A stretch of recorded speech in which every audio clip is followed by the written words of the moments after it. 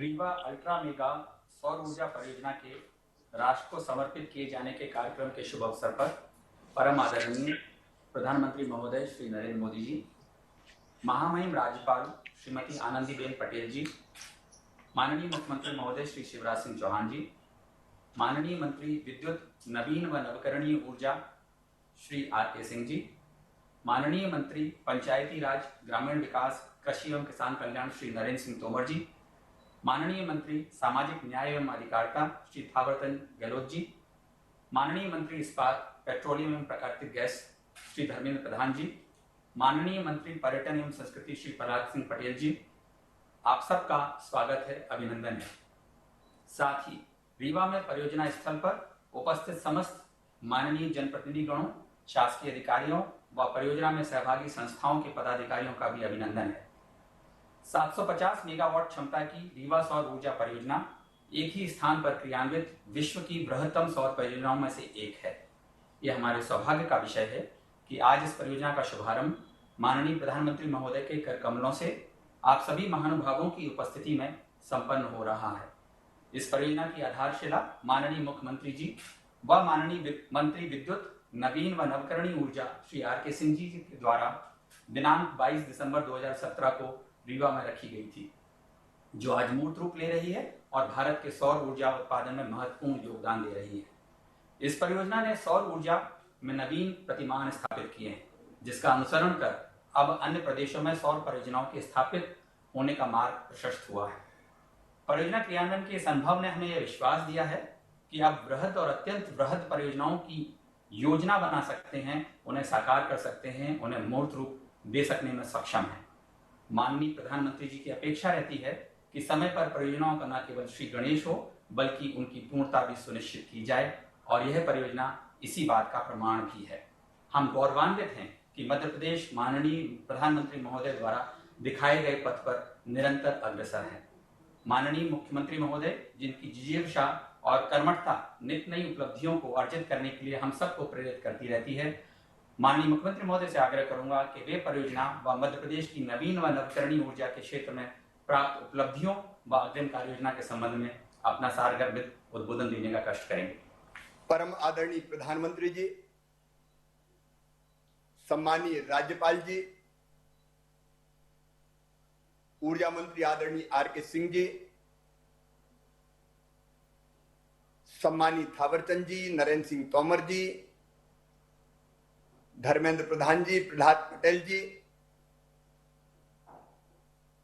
सांसद द्वय जो परियोजना स्थल पर उपस्थित हैं, आदरणीय जनार्दन मिश्रा जी, राजमणि पटेल जी, स्थानीय विधायक नागेंद्र सिंह गूढ़ जी, जिनका इस परियोजना को आगे बढ़ाने में महत्वपूर्ण योगदान रहा है, माननीय राजेंद्र शुक्ल जी, देवराज सिंह जी, के.पी. त्रिपाठी जी, श्यामलाल द्विवेदी जी, प्रदीप पटेल जी, गिरीश गौतम जी, पंचूलाल प्रजापति जी, और इस कार्यक्रम को देख और सुन रहे मेरे सभी बहनों और भाइयों, सबसे पहले मैं हमारे यशस्वी प्रधानमंत्री श्रीमान नरेंद्र मोदी जी का हृदय से स्वागत करता हूं, अभिनंदन करता हूं, केवल अपनी ओर से नहीं, मध्य प्रदेश की 7.5 करोड़ जनता की ओर से।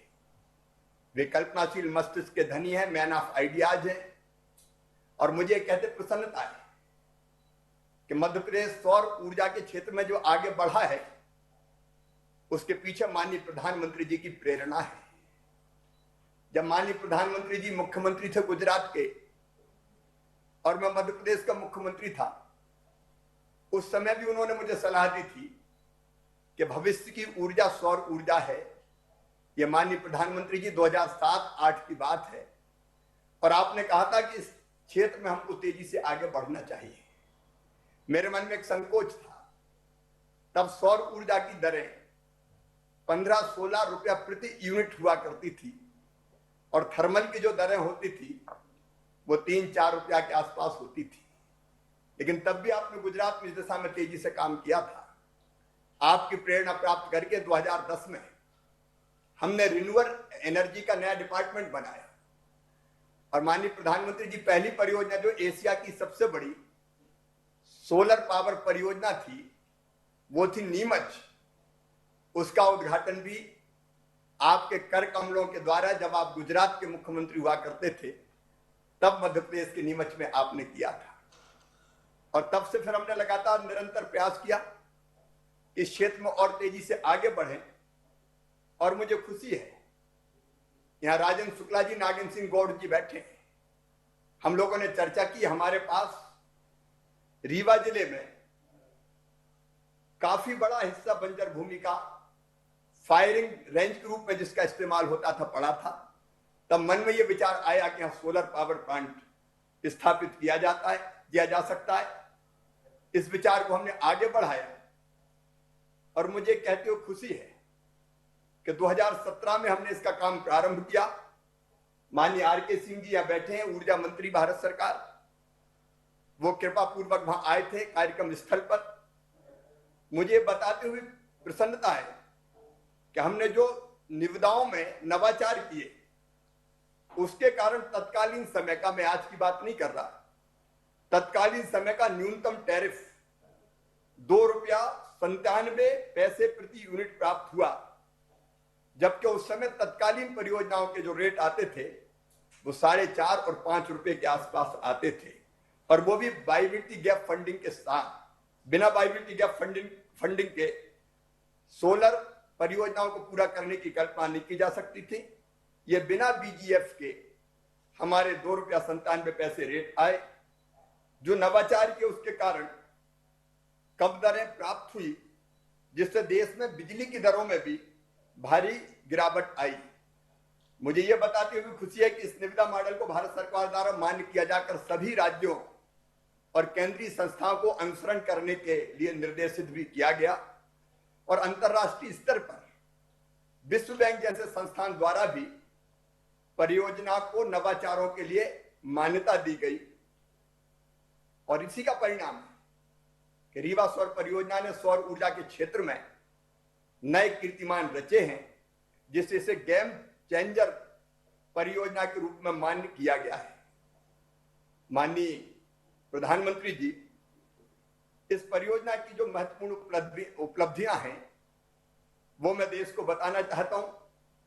एक तो रीवा सौर परियोजना प्रथम सौर परियोजना जिससे प्राप्त विद्युत तापीय ऊर्जा से प्राप्त विद्युत से सस्ती है।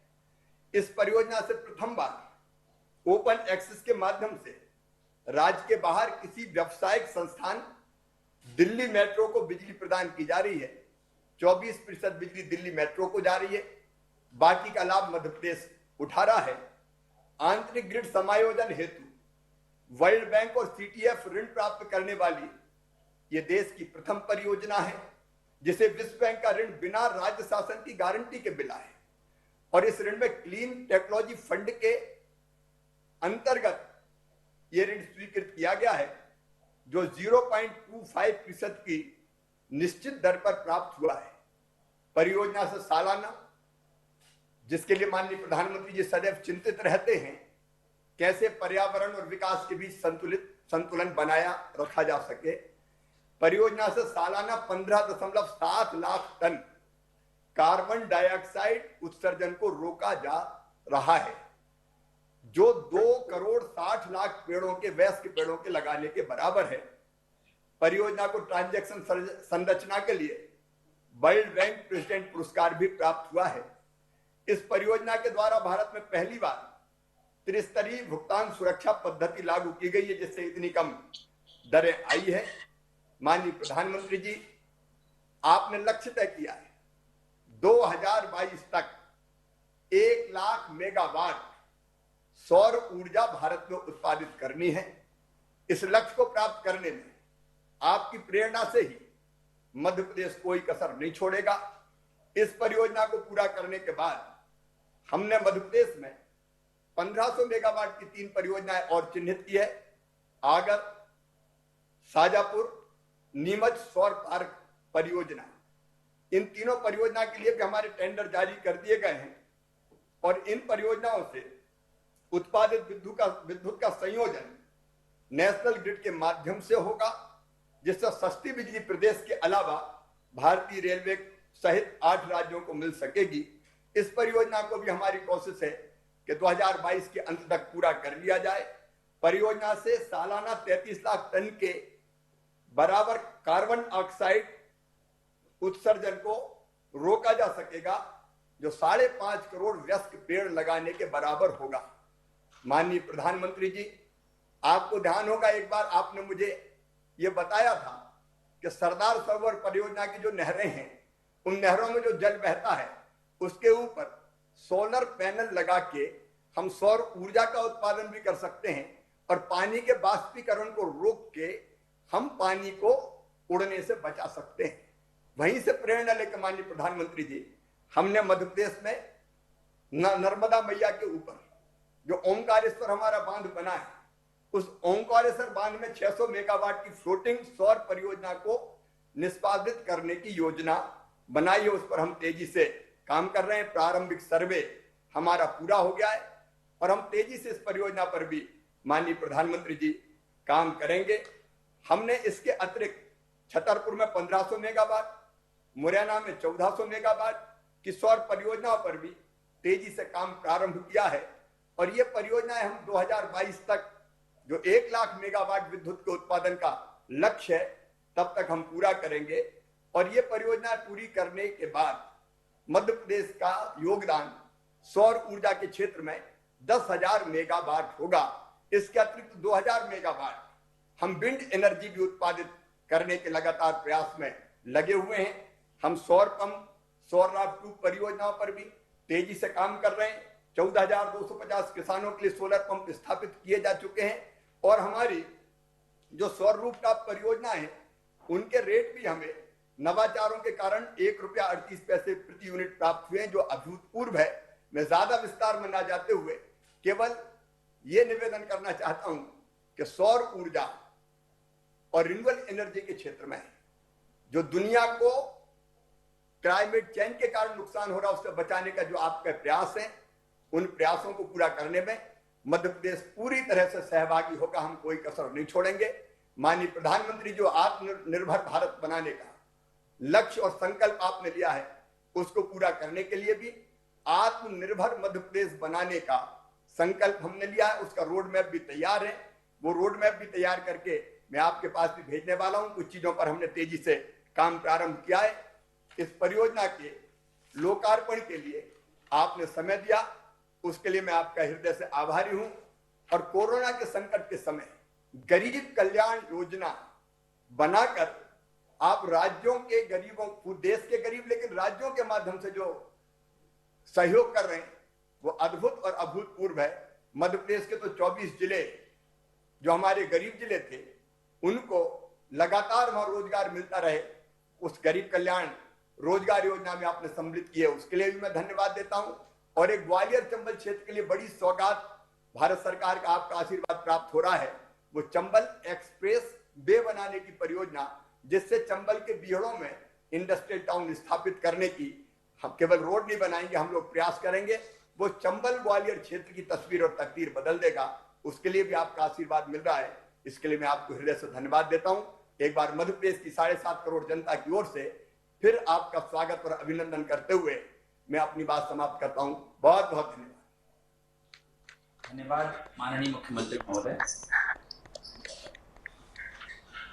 माननीय प्रधानमंत्री महोदय से विनम्र निवेदन है कि वे अपने कर कमलों से रीवा अल्ट्रा मेगा सौर परियोजना को राष्ट्र को समर्पित करने का कष्ट करेंगे।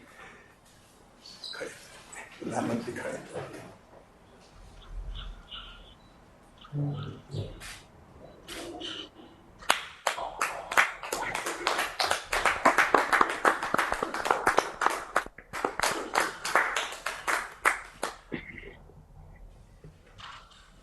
धन्यवाद आदरणीय प्रधानमंत्री महोदय। हम इस अवसर पर परियोजना के विषय में एक संक्षिप्त वीडियो साझा कर रहे हैं।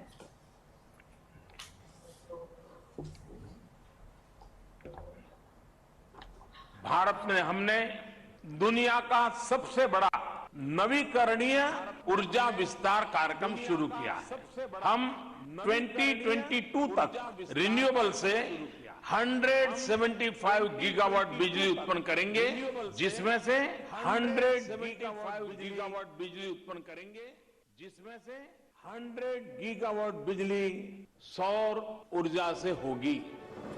प्रधानमंत्री श्री नरेंद्र मोदी जी के नेतृत्व में अक्षय ऊर्जा को प्रोत्साहित करने की ऐसी प्रतिबद्धता देश ही नहीं दुनिया के लिए भी नया अनुभव है। प्रधानमंत्री जी के इस महत्वाकांक्षी मिशन में महत्वपूर्ण योगदान दे रही है मध्य प्रदेश की रीवा अल्ट्रा मेगा सोलर परियोजना।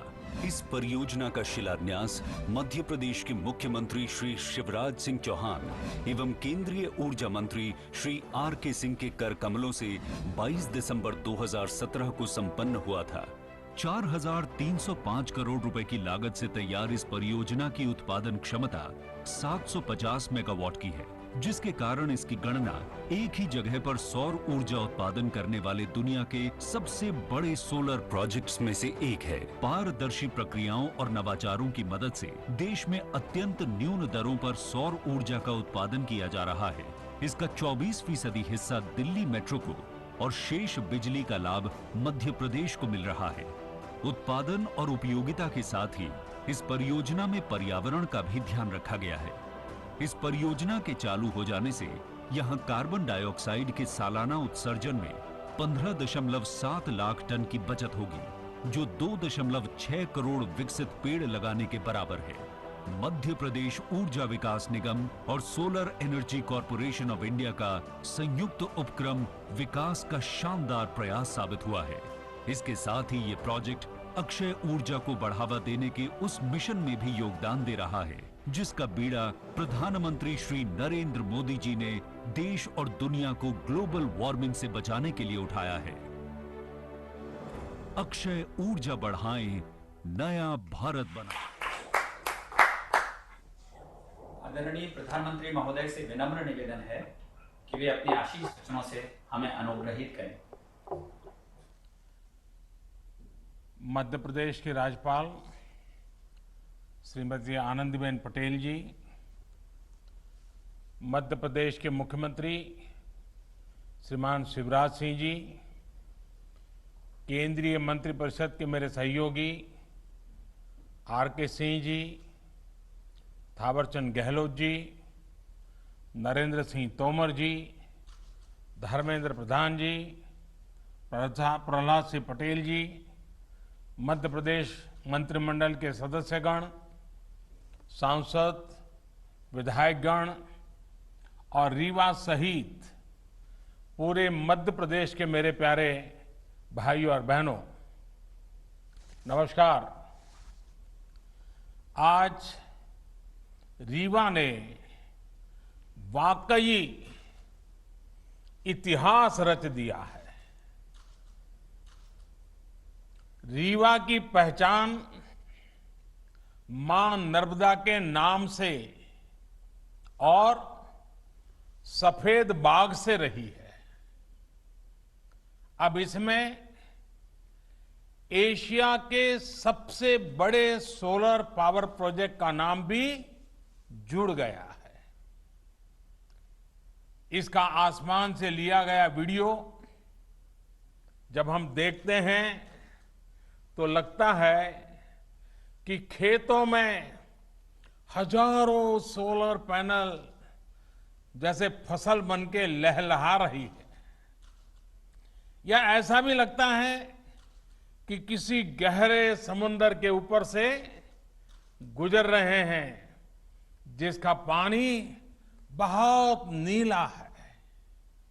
और इसके लिए मैं रीवा के लोगों को, मध्य प्रदेश के लोगों को बहुत बहुत बधाई देता हूं, शुभकामनाएं देता हूं। रीवा का ये सोलर प्लांट इस पूरे क्षेत्र को इस दशक में ऊर्जा का बहुत बड़ा केंद्र बनाने में मदद करेगा।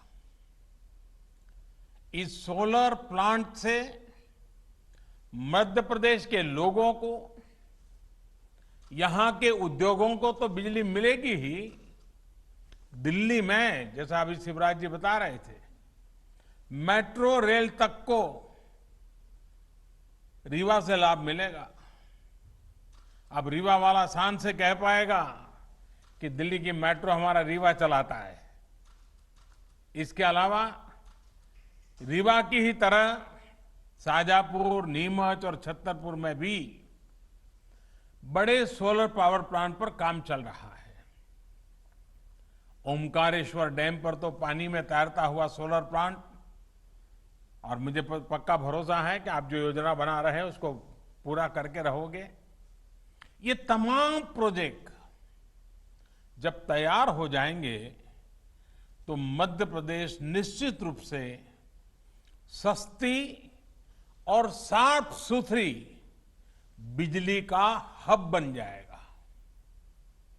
इसका सबसे अधिक लाभ मध्य प्रदेश के गरीब, मध्यम वर्ग के परिवारों को होगा, किसानों को होगा, हमारे आदिवासी भाइयों बहनों को होगा।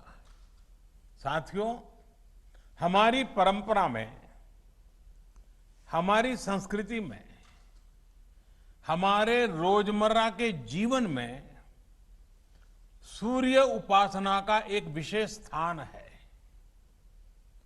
हमारे यहां कहा गया है, पुनातु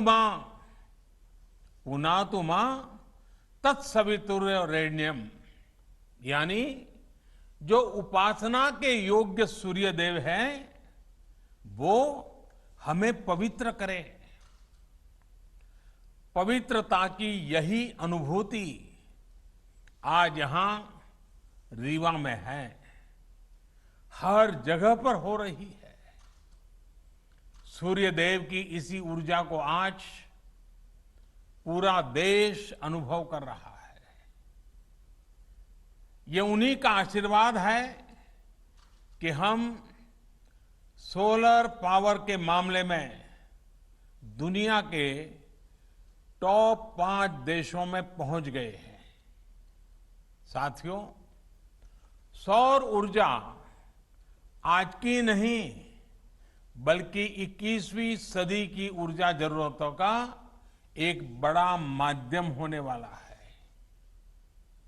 क्योंकि सौर ऊर्जा श्योर है, प्योर है और सिक्योर है।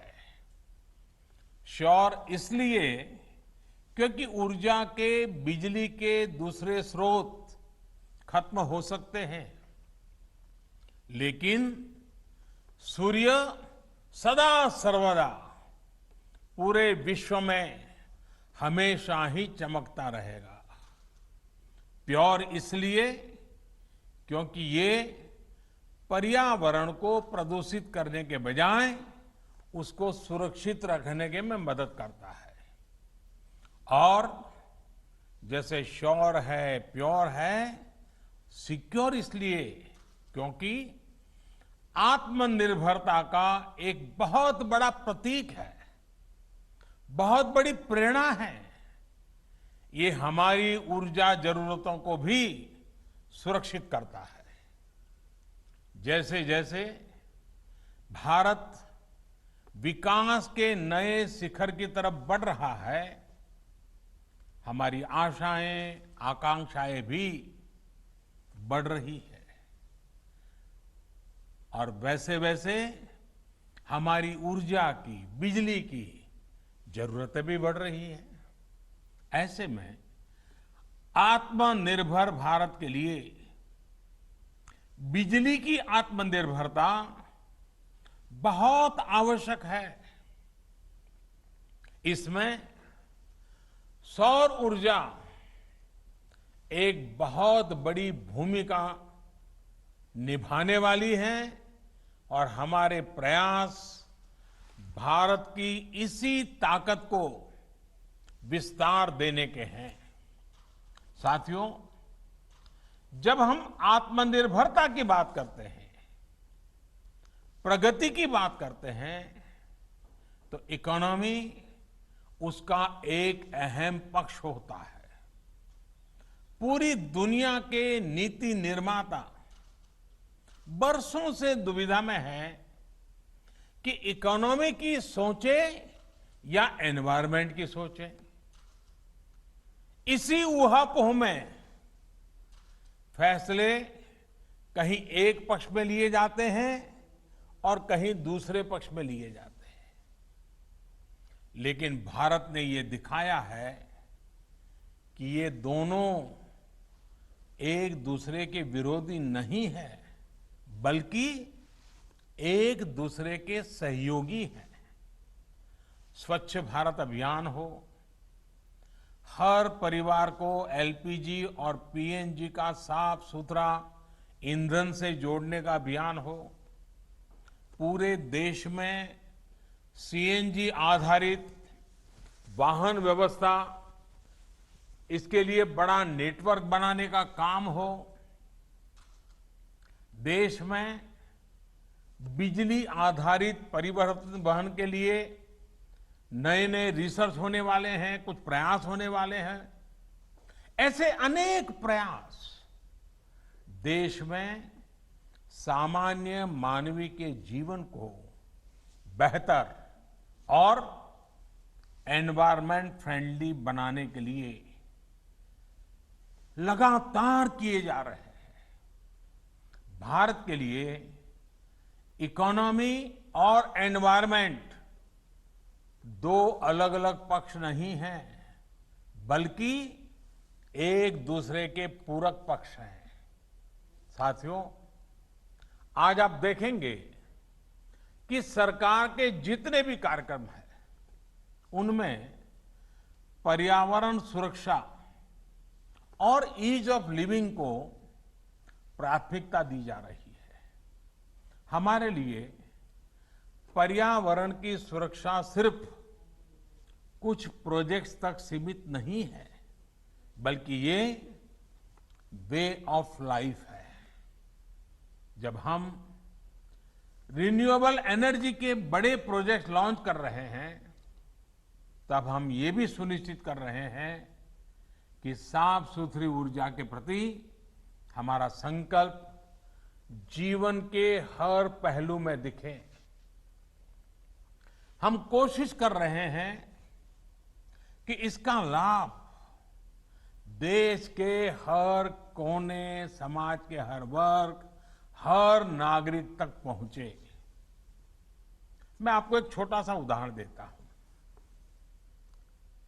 साथियों, बीते 6 साल में लगभग 36 करोड़, ये आंकड़ा बहुत बड़ा है, 36 करोड़ एलईडी बल्ब्स पूरे देश में वितरित किए जा चुके हैं। 1 करोड़ से ज्यादा एलईडी बल्ब देश भर में स्ट्रीट लाइट्स में लगाए गए हैं। और सुनने में तो ये बहुत सामान्य बात लगती है। ऐसा इसलिए लगता है क्योंकि सामान्य तौर पर जब कोई सुविधा हमको मिलती है, हम उसके आदी हो जाते हैं, तो उसके इम्पैक्ट की या उसके होने या न होने की हमें कुछ महसूस ही नहीं होता, हम ज्यादा चर्चा भी नहीं करते। इस प्रकार की चर्चा तभी होती है जब वो चीज हमारे पास नहीं होती है।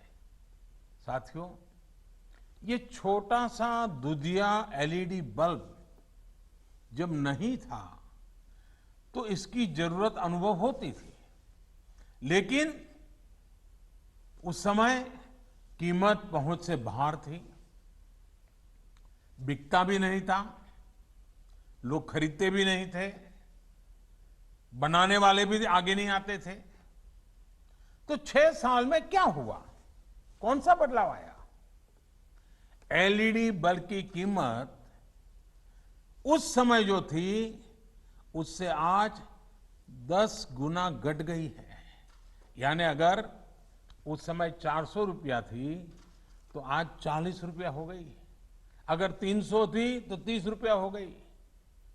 अनेक कंपनियों के बल्ब, इसके बीच में मैन्युफैक्चरर्स में स्पर्धा हो गई, बल्ब बाजार में आ गए, दाम घटते गए, और जो काम पहले 100-200 वाट के बल्ब करते थे वो अब 9 या 10 वाट के बल्ब करने लगे हैं, उतना ही उजाला दे रहे हैं। घरों और गलियों में एलईडी लगाने भर से ही हर साल करीब 600 अरब यूनिट बिजली, 600 अरब यूनिट बिजली इसकी खपत कम हो रही है, बिजली की बचत हो रही है और लोगों को रोशनी भी अच्छी मिल रही है।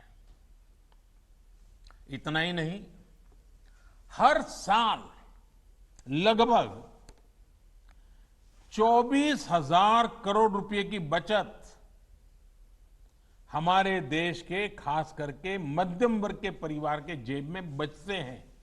हर वर्ष 24,000 करोड़ रुपए। ये बचत छोटी नहीं है। मध्यम वर्ग, निम्न मध्यम वर्ग के जीवन में तो इसके कारण बहुत नई एक रोशनी पैदा हो जाती है। यानी एलईडी बल्ब से बिजली का बिल कम हुआ है। इसका एक और महत्वपूर्ण पहलू है, एलईडी बल्ब से करीब 4.5 करोड़ टन कम कार्बन डाइऑक्साइड पर्यावरण में जाने से रुक रही है। यानी प्रदूषण कम हो रहा है। साथियों, बिजली हर किसी तक पहुंचे, पर्याप्त बिजली पहुंचे, हमारा वातावरण, हमारी हवा, हमारा पानी भी शुद्ध बना रहे, इसी सोच के साथ हम निरंतर काम कर रहे हैं।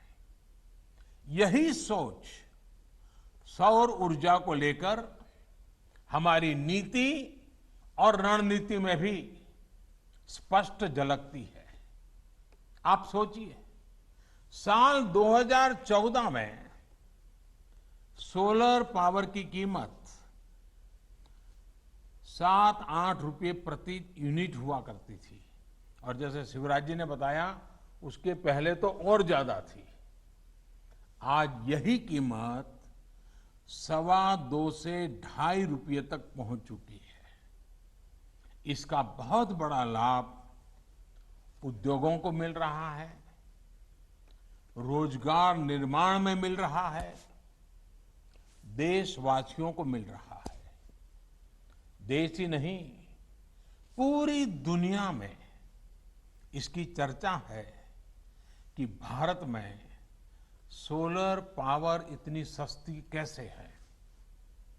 जिस तरह से भारत में सोलर पावर पर काम हो रहा है, ये चर्चा लगातार होने वाली है, चर्चा बढ़ने वाली है और लोग भारत से सीखने का प्रयास भी करने वाले हैं। ऐसे ही बड़े कदमों के कारण भारत को क्लीन एनर्जी का सबसे अट्रैक्टिव मार्केट माना जा रहा है।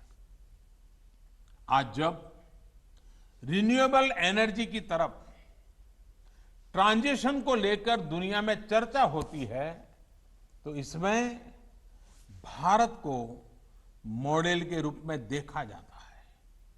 साथियों, दुनिया की, समग्र मानवता की भारत से इसी आशा, इसी अपेक्षा को देखते हुए हम पूरे विश्व को जोड़ने में जुटे हुए हैं। इसी सोच का परिणाम आईसा यानी इंटरनेशनल सोलर अलायंस, आईसा, इसका हमने निर्माण किया है। वन वर्ल्ड, वन सन, वन ग्रिड के पीछे की यही भावना है। ये सौर ऊर्जा के बेहतर उत्पादन और उपयोग को लेकर एक पूरी दुनिया को इकट्ठा करने का प्रयास है, ताकि हमारी धरती के सामने खड़ा बड़ा संकट भी कम हो सके और छोटे से छोटे, गरीब से गरीब देश की बेहतर बिजली की जरूरतें भी पूरी हो सके। साथियों, एक प्रकार से सौर ऊर्जा ने आम ग्राहकों को उत्पादक भी बना दिया है। पूरी तरह से बिजली के बटन पर कंट्रोल सामान्य नागरिक को दे दिया है। बिजली पैदा करने वाले बाकी माध्यमों में सामान्य जन की भागीदारी ना के बराबर रहती है, लेकिन सौर ऊर्जा में तो चाहे घर की छत हो, दफ्तर या कारखाने की छत हो, कहीं पर भी थोड़ा स्पेस हो, इसमें सामान्य जन की अपनी आवश्यकता की बिजली पैदा वो कर सकता है। और इसके लिए सरकार व्यापक प्रोत्साहन भी दे रही है, मदद भी कर रही है। बिजली उत्पादन में आत्मनिर्भरता के इस अभियान में अब हमारा किसान, हमारा अन्नदाता भी जुड़ रहा है। अन्नदाता ऊर्जादाता भी बन सकता है। साथियों, हमारा किसान आज इतना सक्षम है, इतना संसाधन संपन्न है कि आज वो एक नहीं, दो तरह के प्लांट से देश की मदद कर रहा है। एक प्लांट तो वो है जिनसे पारंपरिक खेती होती है और जो सदियों से करता आया है, और हम सभी को अन्न मिलता है, भोजन मिलता है। किसान हमें भूखा नहीं रहने देता है, उसके लिए वो पसीना बहाता है। लेकिन अब दूसरे तरह की भी प्लांट भी हमारे किसान के लिए अवसर बनाकर के उसके खेत में दस्तक दे रहा है, और जिससे खेत की आवश्यकता, घरों की आवश्यकता, वहां तक बिजली पहुंच भी सकती है। जो पहला प्लांट है, जो पारंपरिक खेती है, वो हमारा किसान ऐसी जमीन पर लगाता है जो उपजाऊ होती है। लेकिन ये जो दूसरा सोलर एनर्जी प्लांट है, ये ऐसी जमीन पर भी लगेगा जो जमीन उपजाऊ नहीं है, पानी नहीं है, फसल के लिहाज से वो जमीन अच्छी नहीं है। यानी कि किसान की वो जमीन जहां फसल उगाने में बहुत खर्चा हो जाता है और कोई गारंटी नहीं होती है, अगर बारिश थोड़ी ऊपर नीचे हो जाए तो सब बर्बाद हो जाता है, उस जमीन का उपयोग भी होगा, उससे भी किसान की आमदनी बढ़ सकती है। कुसुम योजना के माध्यम से आज किसानों को अतिरिक्त जमीन पर ऐसे सोलर प्लांट लगाने में मदद करने की योजना काम कर रही है। खेतों में ही जो सोलर बिजली पैदा होगी, इससे हमारे किसान अपनी जरूरतें भी पूरी कर पाएंगे और अतिरिक्त बिजली को बेच भी सकेंगे। मुझे पूरा विश्वास है कि मध्य प्रदेश के किसान साथी भी अतिरिक्त आय के इस साधन को अपनाने और भारत को पावर एक्सपोर्टर, ऊर्जा निर्यातक बनाने के इस व्यापक अभियान को जरूर सफल बनाएंगे। ये विश्वास इसलिए अधिक है क्योंकि मध्य प्रदेश के किसानों ने संकल्प को सिद्धि में बदल करके दिखाया है। आपने जो काम किया है वो हर किसी के लिए प्रेरणा का कारण बना हुआ है। जिस प्रकार आपने गेहूं उत्पादन के मामले रिकॉर्ड बनाया, दूसरों को पीछे छोड़ दिया, वो प्रशंसनीय है। कोरोना के इस मुश्किल समय में किसानों ने जो रिकॉर्ड तोड़ उत्पादन किया, मध्य प्रदेश की सरकार ने रिकॉर्ड तोड़ खरीद की, उसके लिए भी आप प्रशंसा के पात्र हैं। और इसलिए बिजली उत्पादन के मामले में भी मध्य प्रदेश के सामर्थ्य पर मुझे पूरा भरोसा है। उम्मीद है कि एक दिन ये भी खबर आएगी कि कुसुम योजना के तहत मध्य प्रदेश के किसानों ने रिकॉर्ड बिजली उत्पादन की है, बिजली पैदा की है। भाइयों और बहनों, सोलर पावर की ताकत को हम तब तक पूरी तरह से उपयोग नहीं कर पाएंगे जब तक हमारे पास देश में ही बेहतर सोलर पैनल, बेहतर बैटरी, उत्तम क्वालिटी की स्टोरेज, उसकी कैपेसिटी का निर्माण ना हो। अब इसी दिशा में तेजी से काम करना है और हम सब करके रहेंगे। आत्मनिर्भर भारत अभियान के तहत अब देश का लक्ष्य है कि सोलर पैनल सहित तमाम उपकरणों के लिए हम आयात पर अपनी निर्भरता को खत्म करें। लक्ष्य ये है कि अभी जो देश की solar PV module manufacturing capacity है, उसको भी तेजी से बढ़ाया जाए और इसलिए घरेलू मैन्युफैक्चरिंग को बढ़ावा देने के लिए अनेक जरूरी कदम उठाए जा रहे हैं। अब जैसे कुसुम योजना के तहत लगाए जा रहे पंपों में सोलार पंप बनाए जा रहे हैं, घरों में लगने वाले रूफटॉप पैनल में भारत में ही बने सोलार फोटोवोल्टेक सेल्स और मॉड्यूल्स, इसको हमने जरूरी कर दिए गए हैं। इसके अलावा सरकारी विभाग और दूसरी सरकारी संस्थाएं जो भी सोलर सेल या मॉड्यूल खरीदेगी वो मेक इन इंडिया ही हो, ये तय किया गया है। यही नहीं, पावर प्लांट लगाने वाली कंपनियां सोलर पीवी मैन्युफैक्चरिंग भी करें, इसके लिए भी प्रोत्साहन दिया जा रहा है।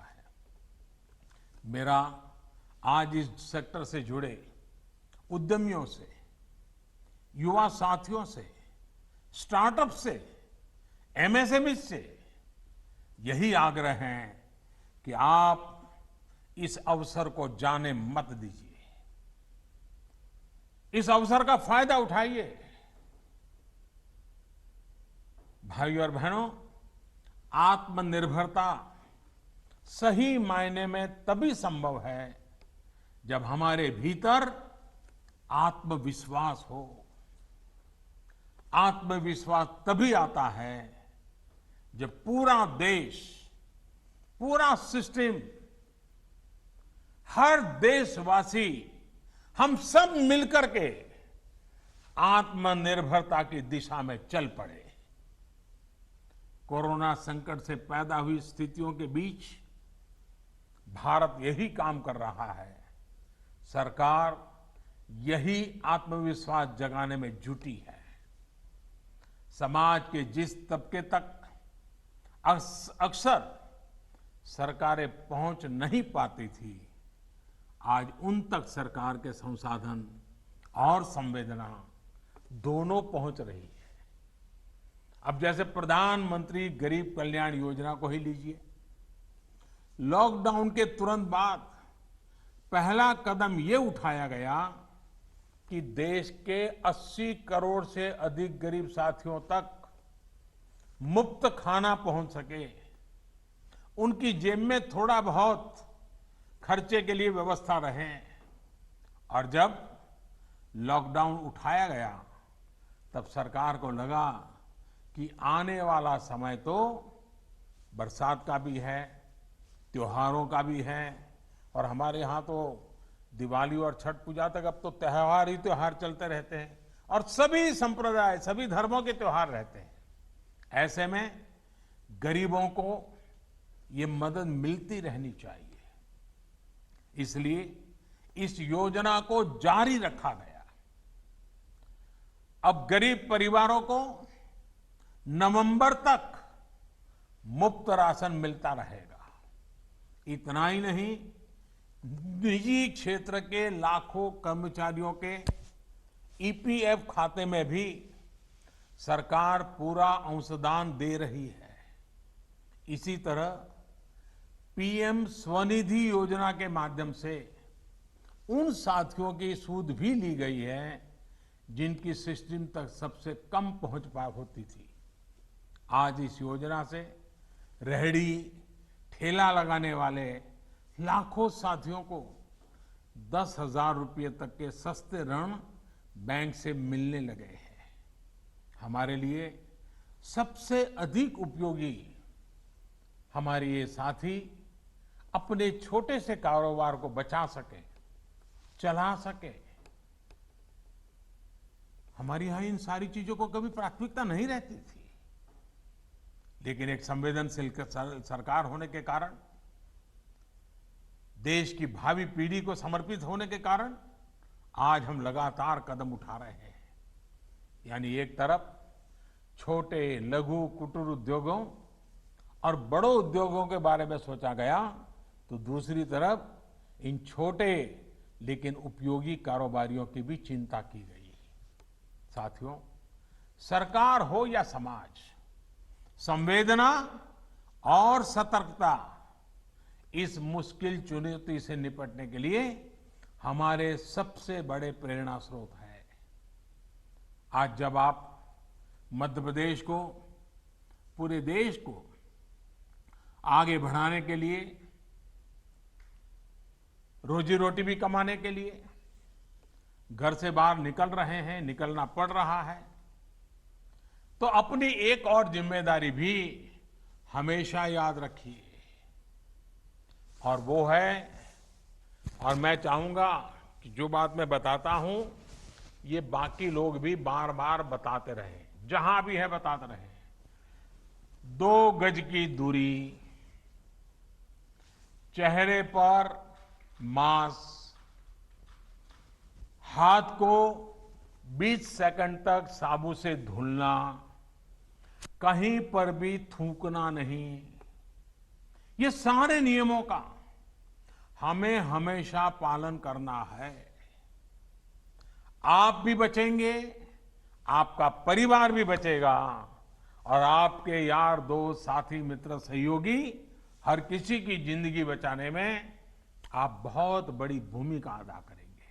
और इसलिए इन नए नियमों में, इस अनुशासन में कहीं पर भी कमी मत आने देना। आपका जीवन बहुत मूल्यवान है, न सिर्फ आपके परिवार के लिए, देश के लिए भी मूल्यवान है। और इसलिए इन नियमों का हमें पालन करना ही है।